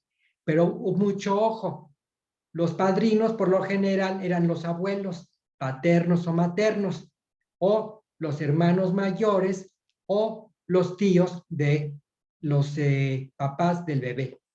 Y entonces, si ustedes ven esos apellidos en los padrinos, ellos son familiares, hay que copiarlos, porque yo así acabo de encontrar de los Gómez Maya a los últimos antepasados, porque ellos habían sido abuelos de bautismo de los nietos, y así pude sacar los nombres. Entonces hay que tener mucho cuidado al revisar los registros parroquiales, léanlos con calma, con detenimiento, y copien todos los nombres de personas que lleven los apellidos del bebé o de los novios. Otra cosa que en los libros de españoles aparecen es que tenían ellos más de un nombre de pila. Generalmente les ponían el nombre del santoral que les tocaba del calendario, y aparte otro nombre que escogía los papás. También en este grupo social de españoles, el nacimiento era en la época de recoger la cosecha. Pues ¿por qué? Pues porque era cuando ellos pues tenían más dinero, había que hacer los gastos del bautismo, las fiestas que se hacían para celebrar el bautismo del niño, que eso costaba dinero, ¿verdad? Y también pues porque ellos ya estaban allí en su casa, ya no tenían que estar fuera días o semanas enteros en la siembra, ¿verdad? Ya estaban ellos recogiendo lo que habían ellos trabajado durante el año, y estaban más tiempo en su casa. También hay un librito que se llama el Calendario de Galván, que lo pueden conseguir ustedes en las librerías. Este calendario tiene el santoral de todo lo que viene siendo los santos que se festejan en la Iglesia Católica. Entonces, por ejemplo, si ustedes quieren encontrar un antepasado, en lugar de estar buscando página por página, partida por partida, de mes por mes y año con año, a ese antepasado, bueno, les recomiendo que primero vean cuándo se celebra el santoral de los nombres que él tiene, y busquen allí en los días del santoral, y seguramente lo van a encontrar mucho más rápido, el bautismo de él. En el grupo de los españoles y aquí de los antepasados que les platico, tanto de la familia Magaña como Legorreta, me he encontrado que las familias eran muy grandes, tenían de 8 a 10 hijos, pero tenían un distanciamiento de nacimiento de 2 a 3 años, o sea que se veía que sí planeaban el nacimiento de los hijos, ¿verdad? Que esto de planear los hijos no es algo nuevo de ahorita, sino que ya en esa época se hacía. Y una cosa importante que también he aprendido en los libros que estuve leyendo, que nos dicen los investigadores sobre familias de la Nueva España, es que solamente las clases pudientes de la época colonial tenían familias grandes. Las castas y los indios tenían pequeñas familias. ¿Por qué? Pues porque no podían mantenerlos. Entonces tenían de 2 a 3 hijos, cuando mucho. No tenían familias grandes como los españoles. Los españoles tenían familias grandes, ¿por qué? Porque tenían dinero para mantener a todos los hijos. Y la prueba está que en la familia Vázquez, que le platicaba que eran hacendados allá en Hidalgo, mi abuela me platicó cómo tenían servidumbre, no nomás sirvientes ahí en la casa o en la hacienda, sino también nanas, las nanas que se dedicaban exclusivamente a cuidar a los niños. Entonces, una de mis abuelas que tuvo 8 hijos, bueno, pues tenían ahí, creo que una nana para cada hijo. Entonces, pues ellos podían darse ese lujo, ¿verdad? Porque podían pagar quién les cuidaba a los hijos, pero no en las clases pobres donde no tenían los recursos para mantener a los hijos, ni quién les ayudaba a cuidar a los hijos. Entonces, en esa época también la gente cuidaba mucho de cuántos hijos iban a tener. Esto de tener una familia pequeña, que se ha hecho en los últimos años mucha propaganda en México, pues no es algo nuevo. En la Nueva España, fíjense, ya se hacía eso también.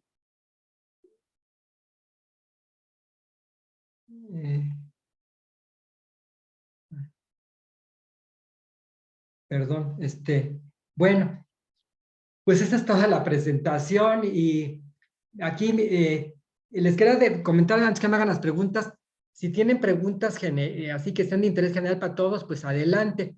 Pero si tienen ya alguna pregunta particular de la investigación de su árbol genealógico, les dejo mi correo para que me manden un correo y ahí me pregunten ustedes lo que quieran y así ya se los contesto con más calma. Si es el caso así de algún antepasado o lugar que no encuentran o algo así. Y también me pongo a sus órdenes en Facebook, es la página de Tres Lirios. En esta página estoy ofreciendo mis servicios como genealogista. Entonces, para quienes no han podido realizar su investigación genealógica por diferentes razones o causas, ¿verdad? Y ya se les vino el tiempo encima de la vida, eso me refiero, ¿verdad? Que no tenemos toda la vida para hacer el árbol genealógico, o también no tienen ustedes tiempo, pues por sus actividades laborales y familiares, etcétera, pues yo puedo hacer la investigación con mucho gusto. Esto, pues claro, va a tener un costo que pues yo ya me pondré de acuerdo con cada quien, ¿verdad? Porque pues uno va a invertir aquí, pues no solamente la experiencia, sino también muchas horas de búsquedas, ¿verdad? Y estas búsquedas muchas veces pues sí dan resultados, dan nombres, pero a veces, otras veces no se encuentran todos los nombres que uno quisiera, ¿verdad? Entonces, para quien guste que le trabaje su árbol, y les haga su árbol genealógico, ya sea desde ustedes, de las primeras 4 generaciones, que es lo que ahorita nos está pidiendo la iglesia, que hagamos mínimo las primeras 4 generaciones, bueno, pues puedo hacerlo. Ahora, si están ustedes atorados en la 5ª, 6ª generación, de lo que ahorita estuve hablando, pues también yo lo puedo, les puedo ayudar a hacer las investigaciones. Y esto, pues, ha sido todo de mi parte. Les agradezco mucho su atención y deseo que, pues, lo que les compartí les ayude, pues, para ayudarles a su investigación de sus antepasados y que disfruten mucho la investigación al encontrar cada nombre como yo lo estoy haciendo hasta el día de hoy. Y recordándoles que, pues, el mejor legado que podemos dejar a nuestros antepasados es el conocimiento de dónde venimos, que conozcan sus raíces, porque de esta manera preservamos nuestra identidad como familia y como mexicanos. Y en estos tiempos en que ven cómo está el mundo cambiando, es bien importante preservar nuestra identidad como mexicanos y que nuestros descendientes, como es el caso de mis sobrinas que ya viven en Canadá y tengo sobrinos canadienses, bueno, pues que ellos conozcan sus raíces, que sepan de dónde vienen y quiénes somos nosotros y quiénes fueron sus antepasados, porque de esa manera preservamos nuestro legado histórico familiar y además es lo que también la iglesia nos pide, que pongamos nuestra historia familiar para poder preservar esto para las generaciones futuras y que no se pierda nuestro conocimiento de quiénes somos ahora y quiénes fueron los antepasados. Pues muchas gracias. Voy a pasar a leer unos comentarios que están en el chat. Sí, hermana. Ok, dice Jacqueline Flores. Buenas noches, tengo una duda. En el registro de esclavos, ¿qué datos se anotaban? Pero el registro ¿de cuál registro de los que mencioné? Es puede ser las partidas de bautismo, de matrimonio, o en los testamentos, o en dónde. ¿En qué registro? Se encontrará por aquí la hermana Jacqueline para que pueda externar su pregunta. Porque en los registros en las partidas de bautismo y de matrimonio, lo único que aparece es el nombre del esclavo o la esclava que se estaba bautizando, y aparece allí el nombre de los papás, que pues también eran esclavos. Y aparece allí el nombre del dueño, fíjese, del dueño, o sea, del amo, y aparece allí quién era el amo. Entonces, eso es lo que aparece como información complementaria, pero no les da más información de ellos, porque los esclavos, cuando llegaban a la Nueva España, pues imagínense, los pobres negros los cazaban así como animales allá en África, otros negros que los cambiaban por mercancías a los portugueses, y entonces los traían a una nueva vida, a un nuevo mundo, y ellos sin hablar español no sabían nada, claro. Entonces, aquí cuando llegaban, lo primero que hacía es que allá en Veracruz había una como bodega, en el puerto de Veracruz, donde llegaban todos los esclavos, ahí los metían y los bautizaban y les ponían un nombre. Y si no tenían nombre cuando los compraba el español, entonces los bautizaban y les ponían un nombre. Entonces, el nombre original no se puede saber, porque ellos eran conversos al catolicismo. Dice aquí Jacqueline, ya puso la especificación, dice, cuando los dueños hacían registro de sus propiedades, incluyendo los esclavos, a ese registro me refiero. Ah, ya. Pues nada más lo que aparece es el nombre del esclavo y su edad. Nada más es lo que le ponían, su nombre y su edad. Pero no había más información en los testamentos. Sí, porque yo leí en el archivo histórico de Toluca, de las notarías, allí un testamento, y aparecen ahí unos esclavos que eran negros, pero nomás aparece la edad y no dice nada más. Muy bien. Dice otra pregunta que está aquí en el chat. Víctor Salinas, ¿qué tantas de estas fuentes ya se encuentran disponibles para su consulta en línea? Bueno, pues de los registros parroquiales que les enseñé, pues son todos. Están en línea. Ahora, de España, son los que les mencioné. En el archivo de Pares, hay que meterse a Pares, y allí hay no sé si está todo el archivo de Indias, que no lo creo porque es muy grande, pero sí está ahorita por lo menos ya digitalizado las listas de pasajeros. Y esta lista de pasajeros contienen los nombres de los emigrantes y tiene de dónde venían ellos y su edad y con quiénes viajaban ellos. Porque en los primeros años de la colonización española, nada más viajaban los hombres, ¿sí? Ya que los viajes eran muy largos y costosos, además, y además los barcos no piensen que eran barcos como los de con camarotes, no. Había un cuartito chiquito abajo de la cubierta en el siglo XVI, donde más que habían ahí como una familia de 6 gentes cuando mucho, y toda la demás gente iba arriba en la cubierta. Los marineros se dormían día y noche en la cubierta, y todos los demás pasajeros igual. Y tenían que cargar su colchón, su comida, sus trastes para hacerse de cocinar las 2 meses que duraba la travesía, y llevar dinero. Entonces, los más ricos llevaban todo eso, y a veces llegaban hasta su sirviente. Entonces ahí está registrado que llevaban al sirviente. Y ya cuando se establecían aquí en la Nueva España, Después ellos ya mandaban traer a la esposa. Y después, por lo que yo he visto, no tanto porque hubieran sido muy caritativos con la familia que se quedaba en España, mandaban traer o invitaban que viniera, que el hermano, que el tío, pero era para que vinieran a ayudarles a trabajar, ya sea en la hacienda o en el comercio que ellos tenían, o en la mina. Y entonces me invitaban otros parientes para que vinieran aquí, pero pues a trabajar, ¿no? Y lógicamente ellos ya se venían también a vivir a la Nueva España. Porque también en los registros de Sevilla de contratación, en la Casa de Contratación de Sevilla, no solamente los emigrantes tenían que llevar su árbol de las 4 generaciones, sino que también una carta donde dijera que el familiar fulano de tal los estaba invitando a ir a vivir a la Nueva España. Y ya con esa carta les daban a ellos el permiso de emigrar, porque también si no llevaban la carta, me imagino que les ponían muchos peros, a lo mejor no los dejaban emigrar. Y es que la emigración estuvo súper controlada, hermanos. Así como ahorita ya ven que está muy controlado el paso de los mexicanos a Estados Unidos, pues en esa época fue peor todavía, porque todo el mundo se tenía que subir a los barcos, nadie se podía ir de mojado, como ahora, ¿verdad?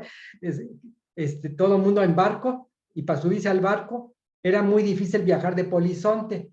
Si alguien descubría viajando de polizonte, llegando a tierra, se le mandaba a prisión por haber venido de polizonte y no haber pagado su boleto. Y los que pagaban el boleto, pues eran los viajeros que venían, pero eran pocos viajeros, y además los viajes pues duraban varias semanas y era muy caro. Entonces la inmigración española, ya que se consolida aquí la conquista, generalmente viajaban los españoles que tenían dinero, era su mayoría. Los ricos viajaban a la Nueva España para hacerse más ricos, por eso venían, porque había aquí muchas riquezas, y también ellos traían después a su familia.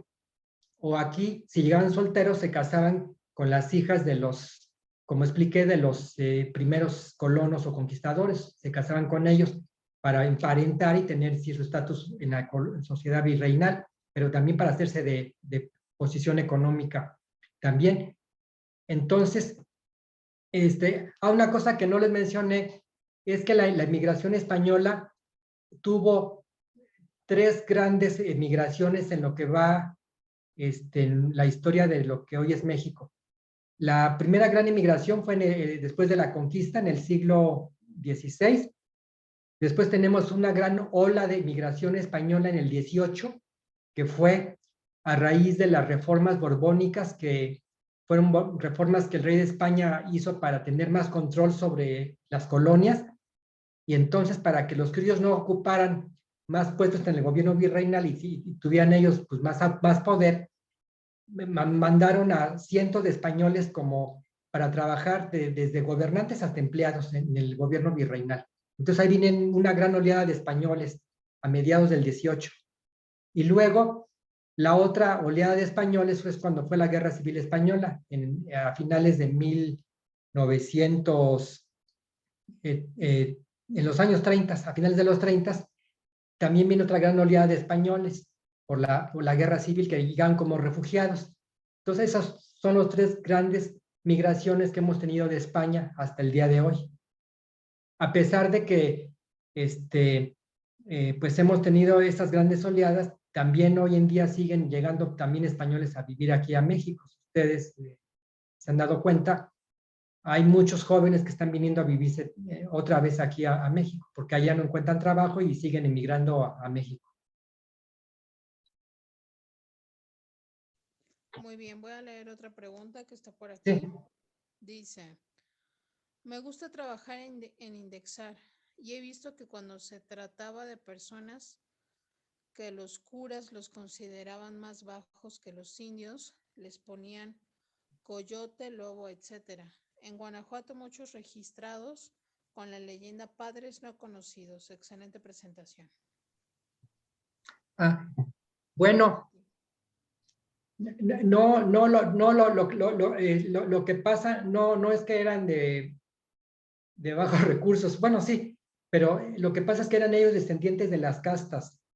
cuando les ponen el nombre y abajo le ponen que es mulato o lobo o pardo, es que eran de las castas. Y las castas generalmente eran los descendientes de los esclavos negros. Entonces los españoles por eso se cuidaban mucho de no mezclarse, como les puse el caso de mis antepasados, se cuidaban mucho de no mezclarse con las castas, porque las castas eran descendientes de los esclavos negros. Y para ellos era así como una ofensa para el linaje que un hijo se casara con el descendiente de una persona de raza negra, porque ellos habían sido esclavos. Entonces, por eso se cuidaban mucho de no mezclarse con las castas, ¿sí? Las castas, los negros decía que se fueron blanqueando porque se casaban mucho con los indígenas y mestizos, pero hubo tal vez una minoría que sí se casaba con criollos, pero los negros desaparecieron porque se mezclaron entre descendientes de mestizos y de las mismas mezclas de combinaciones de castas. De ahí desaparecieron los negros.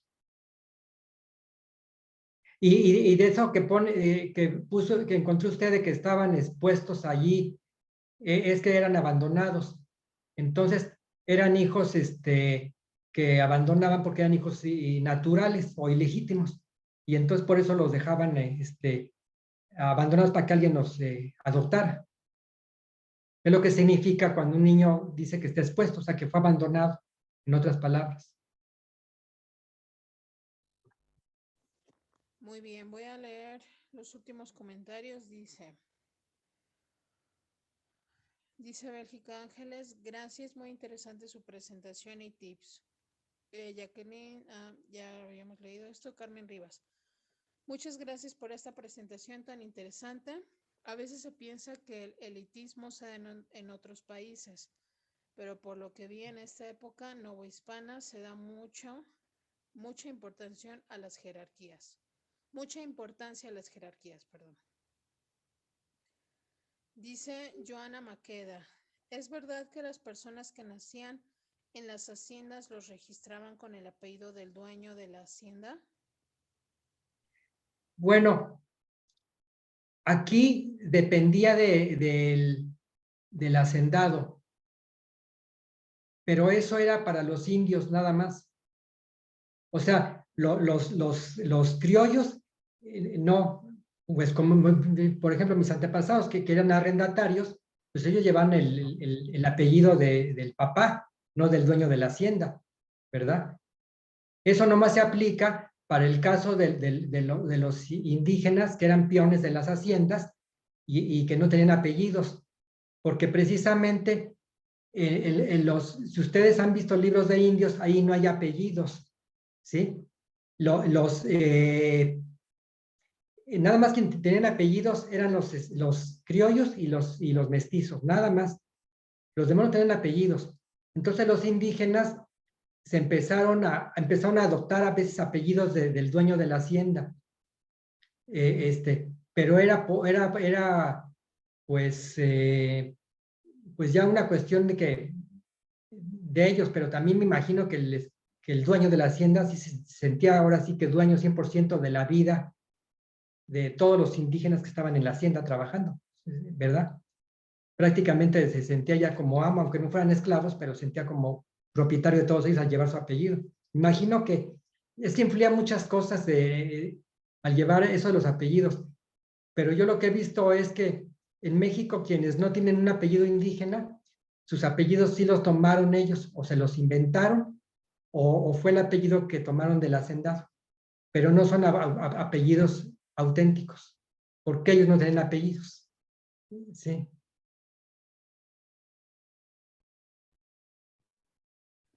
Muy bien, muchas gracias.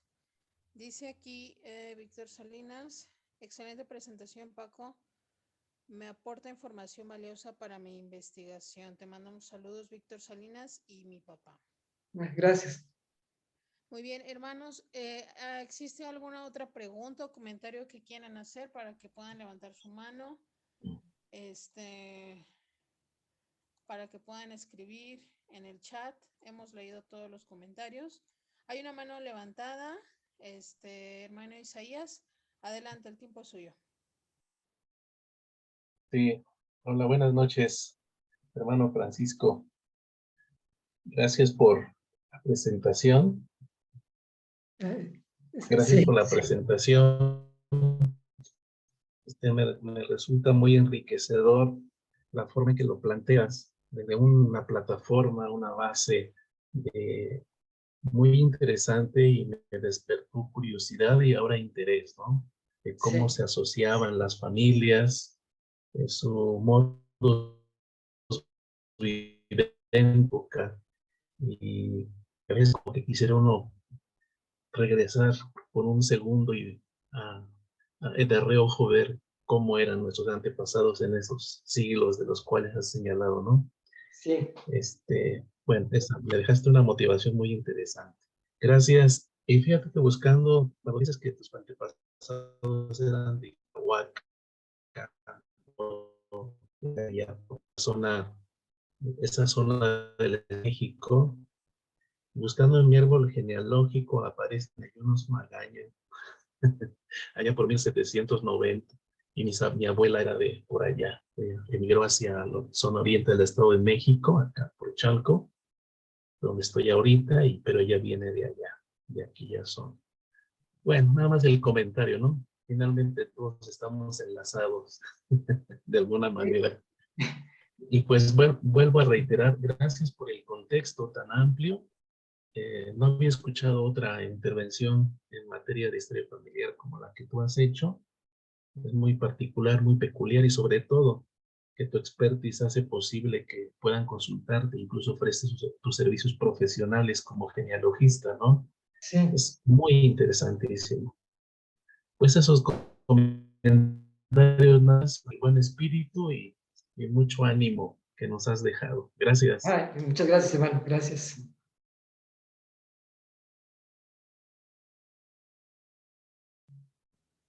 Adelante, hermana Bélgica Ángeles.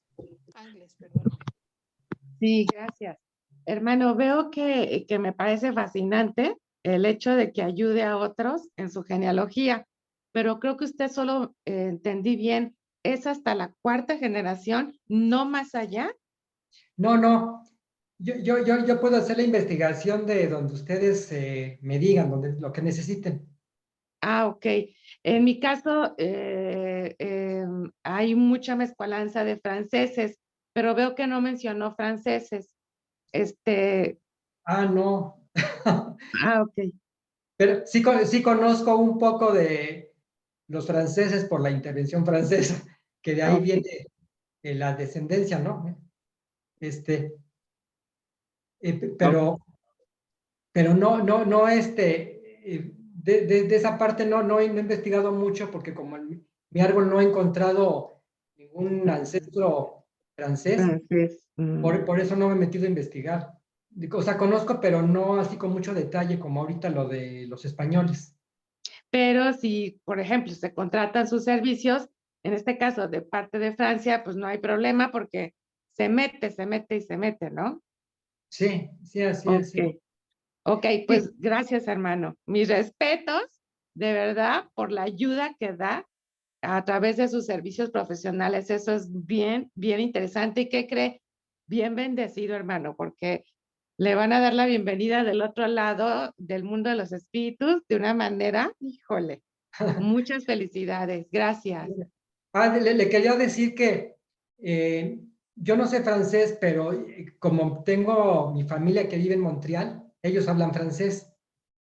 Y una de mis sobrinas está haciendo la carrera en BYU de historia familiar también, ya estudiando la carrera. Entonces, si usted está atorada por algo pues también le podemos ayudar porque lo que yo no pueda yo resolver, pues le puedo pedir ayuda a ella. Porque en este caso, pues si se rastrea al antepasado francés, el primero que llegó en México, pues luego hay que buscar en Francia, en los registros franceses. En Francia también hay mucha información, hermanos, no solamente, en Europa pasa una cosa, que ellos han guardado mucha información genealógica como no nos imaginamos. He conocido a más de una persona que me han dicho que sus familiares han viajado a Europa, a Alemania, a Austria, a Francia y España a buscar información de los antepasados y han encontrado mucha información. Entonces, realmente hay mucha información allá guardada en esos países. Y cuando encontremos al primer antepasado europeo, pues allá seguramente va a haber más. De hecho, yo tengo la meta de ir a España en un próximo tiempo para seguir las investigaciones allá en España, porque no todo está en línea ni todo está digitalizado en imágenes. Entonces, esa es mi meta de poder ir a España a seguir las investigaciones, porque imagínense llegar a ver el archivo en Sevilla. Vamos a sacar 4 generaciones del primer antepasado que se vino aquí a la Nueva España. Y pasamos rápido, como hasta el año de más o menos 1300, yo creo, o 1400. Y entonces, pues ya avanzamos bien rápido, cosa que por aquí avanzamos más despacito.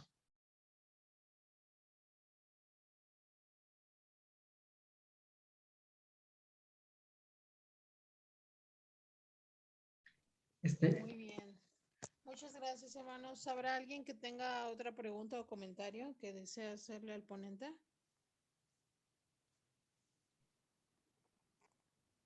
Ok, me parece que ya no. Bueno, entonces le vamos a pasar el tiempo al hermano Agrico Lozano para que pueda finalizar esta sesión.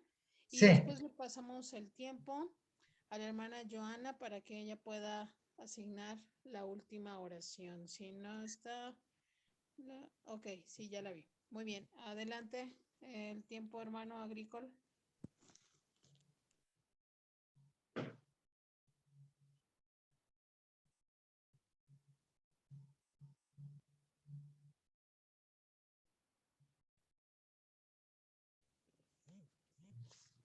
Ok, creo que no está disponible ahorita.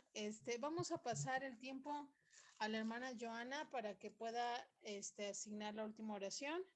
Y ahorita antes de despedirnos, si está el hermano Agrícola para que nos pueda despedir, si no, terminamos nosotros por aquí. Adelante, hermana Joana. Ven, gordo. Muchas gracias, maestro Francisco Magaña. Fue pues una clase súper interesante, una charla extraordinaria. ¿Qué podemos decir? Gracias por su tiempo, su dedicación. Y pues no nada más aquí, hermanos, sino también del otro lado del velo. Gracias. Y pues, terminamos con la última oración y se la pedimos por favor a la hermana Bélgica.